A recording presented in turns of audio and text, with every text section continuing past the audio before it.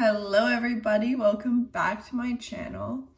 In today's video, I want to discuss a topic that's very prevalent to me right now, and I think it could help a lot of people, male, female, whatever. And it's to do with heartbreak and what occurs during a heartbreak and what we can do to mend our hearts. Because listen, heartbreak is inevitable. It's going to happen in your life. It is one of the major blessings that can occur in your life to up-level you into new versions of yourself, of getting to know yourself better, your own triggers, your own insecurities that can come up in relationships, and to be aware of these things. Because it is crucial that we don't go from one relationship to the next relationship and numb and distract ourselves. That is not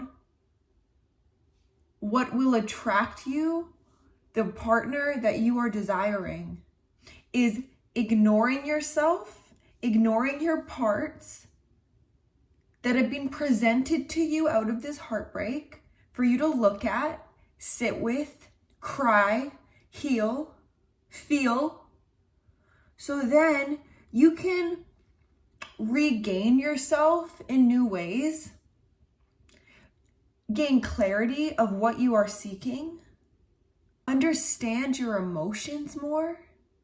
And this is easier said than done because heartbreak is painful. And you know why it's very painful? Because I believe, at least from my experience, the heartbreak really actually has nothing to do with me, Maya, currently.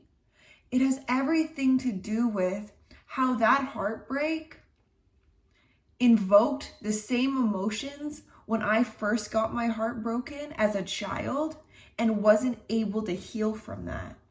So we attract people in our lives that replicate maybe where our parents weren't able to show up, and how that was our first heartbreak for us to see and learn about. So the things I have been doing to mend my heart is trusting in timing. We try to rush ourselves out of what we go through. And this could just not be just for heartbreak. This could just be in life. If you're going through something like grief or we're trying to fix it. And there's nothing that actually needs fixing, but everything to do with what needs feeling. I know that we're so quick to wanting that quick fix, wanting something, going for alcohol if you drink, or smoking, or sex, or porn, or whatever you're into that numbs you. Be aware of when those are wanting to come online and being like, hold up, this is hindering me even more. You see, with heartbreak, emotions that are coming up for you to feel are so they can come out of you. So they're not stored in your body, because I've said this before, energy gets stored in your body until you are ready to heal from it, feel it, grieve it if you need, and release it out. See, when we don't deal with these in our body, that is the attracting force of what we're attracting out in our world. So let's say, I'm going to just do an example. I had a father wound because I grew up with a bipolar father who was absent and not healthy in any of the sense. It being the teachers for me to see, oh my God, these men are coming into my life, and God bless them all. And I still love some of them, a part of me. But I see, you invoked my inner child that I have not dealt with. In heartbreak, It's our inner children mostly that are holding on to these relationships that aren't serving our highest timeline that we know that we're wanting. And that's hard. So when the universe has broken you two up for a reason, firstly, see the reason of why this is occurring.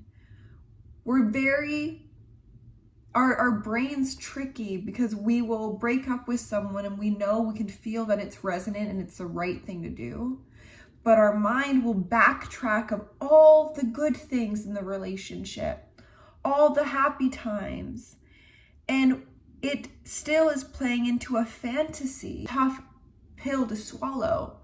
Because when we show up in love in a relationship, of course, we don't show up into a relationship not wanting it to work out. We want it to work out. We're sharing ourselves with another human being, and that's scary and a brave thing to do. Back to my point, sit down with yourself after a heartbreak.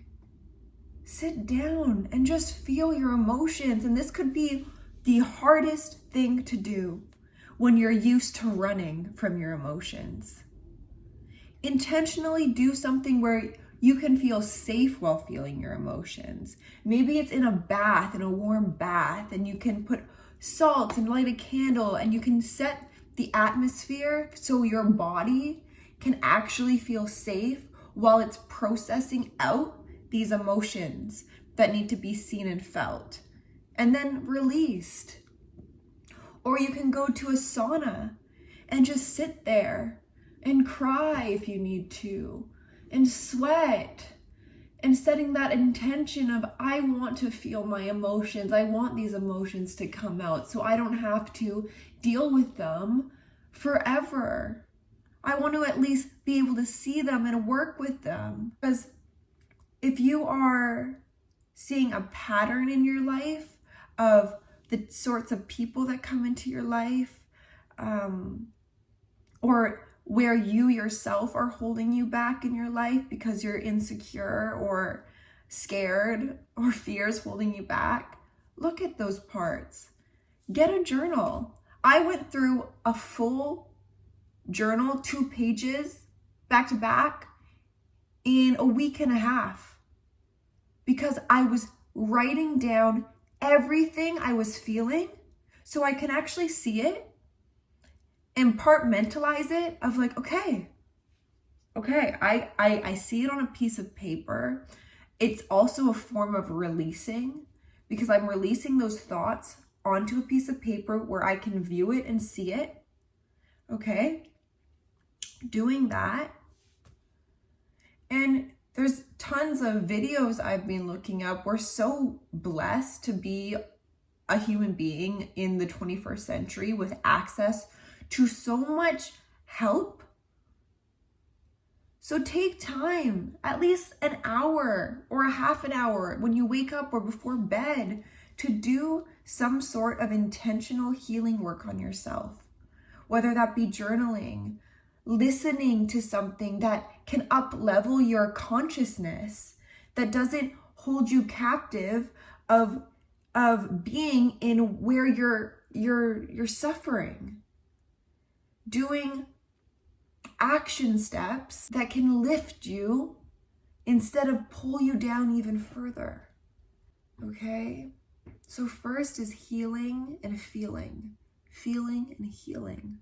And the other thing I want to mention, don't beat up on yourself during this time.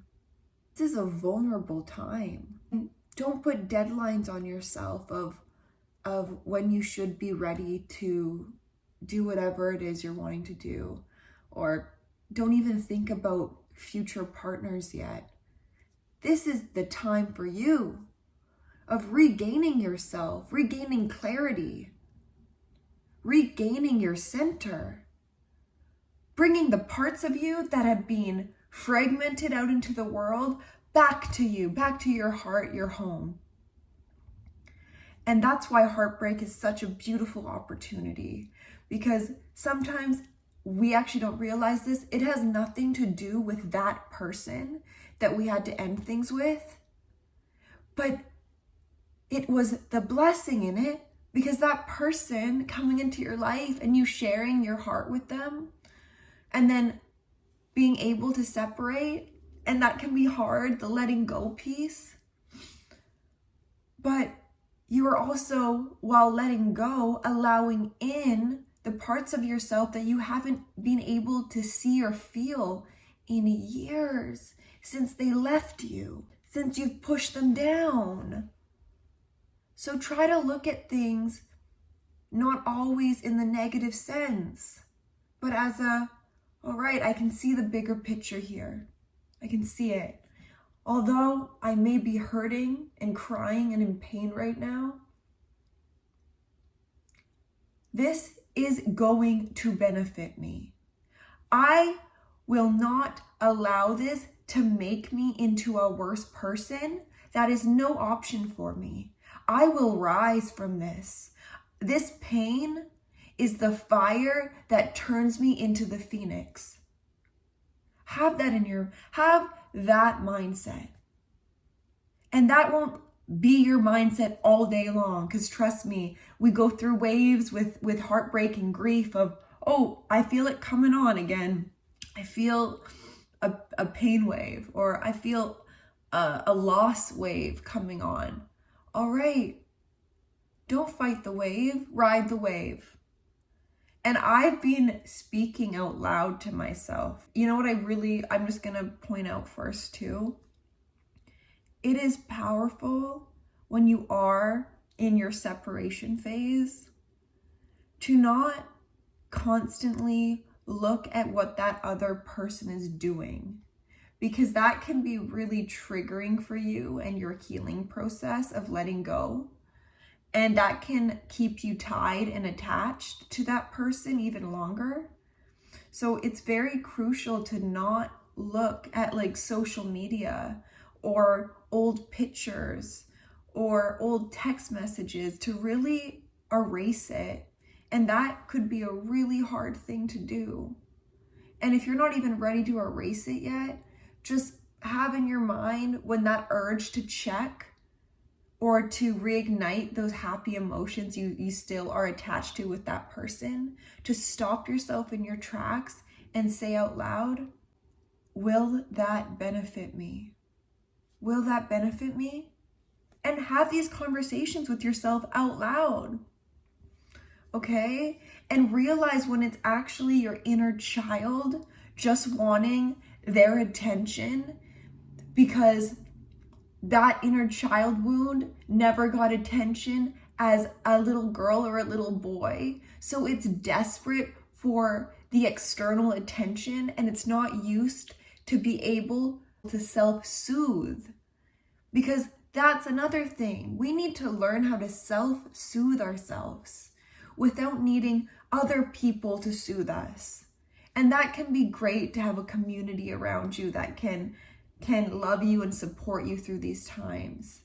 But it is also powerful to be alone. And to be alone, the power of a higher consciousness that is guiding you through this time. And that can be a little difficult to understand. But in my other videos I've made, is life events of a heartbreak, a grief, the hard times that we go through are really for our benefit. And we may not be able to fully grasp that while we're going through it. But think 5 years from now, how will this moment transform me to my higher timeline? All right? And this video is more so just about dealing with heartbreak and loss and grief.